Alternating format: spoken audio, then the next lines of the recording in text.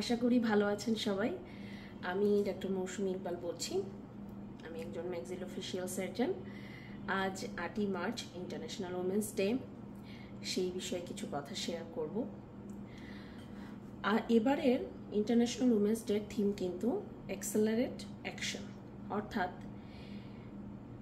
এই যে আমরা নারী পুরুষ সমান অধিকার সম্পন্ন একটা সমাজের কথা ভাবি, এর পিছনে অসংখ্য মানুষ কিন্তু কাজ করে যাচ্ছে নিয়মিত, এবং সেই মানুষগুলোর কাজ করাটাকে যারা সাপোর্ট করছেন তারা তাদের কাজকে বিভিন্নভাবে এগিয়ে নিয়ে যেতে সাহায্য করতে পারেন।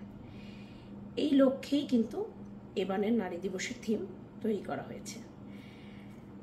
ওয়ার্ল্ড ইকোনমিক ফোরাম অনুযায়ী যে গতিতে এখন এই কাজগুলো চলছে, সে গতিতে চলতে থাকলে 2158 সাল লেগে যাবে নারী পুরুষ সমান অধিকার ভিত্তিক একটা সমাজ তৈরি হতে। অর্থাৎ এখন থেকে আরো 5টি জেনারেশন পরে এ ধরনের একটি সমাজ তৈরি হতে পারে।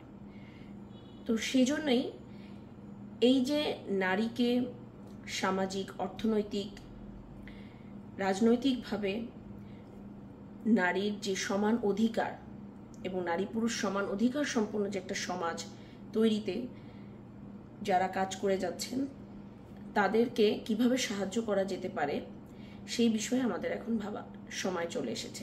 অর্থাৎ একে অন্যের কাজে বাধা না হয়ে, কোনো বিভাজন তৈরি না করে আমরা একে অপরকে নিজের জায়গা থেকে সাহায্য করে এই ধরনের সমাজ তৈরিতে সাহায্য করতে পারি, প্রক্রিয়াটাকে ত্বরান্বিত করতে পারি।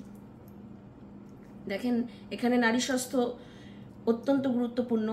কিছু রোগই আছে যেটা শুধু নারীদেরই হয়, এবং এসব রোগকে নারীরা অত্যন্ত অবহেলা করে থাকে। বিভিন্নভাবে তারা এই রোগগুলোকে শরীরের মধ্যে লুকিয়ে রাখে, বলতে চায় না। পরিবার, সমাজ, বিভিন্ন বাধা তাদের সামনে চলে আসে।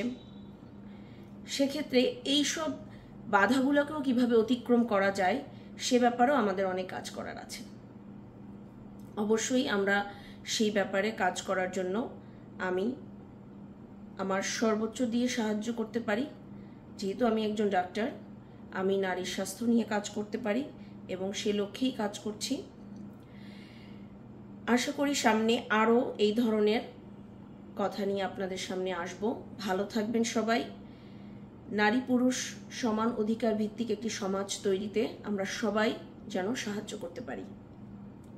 ভালো লাগলে চ্যানেলটি অবশ্যই সাবস্ক্রাইব করবেন, সাথেই থাকবেন। ধন্যবাদ।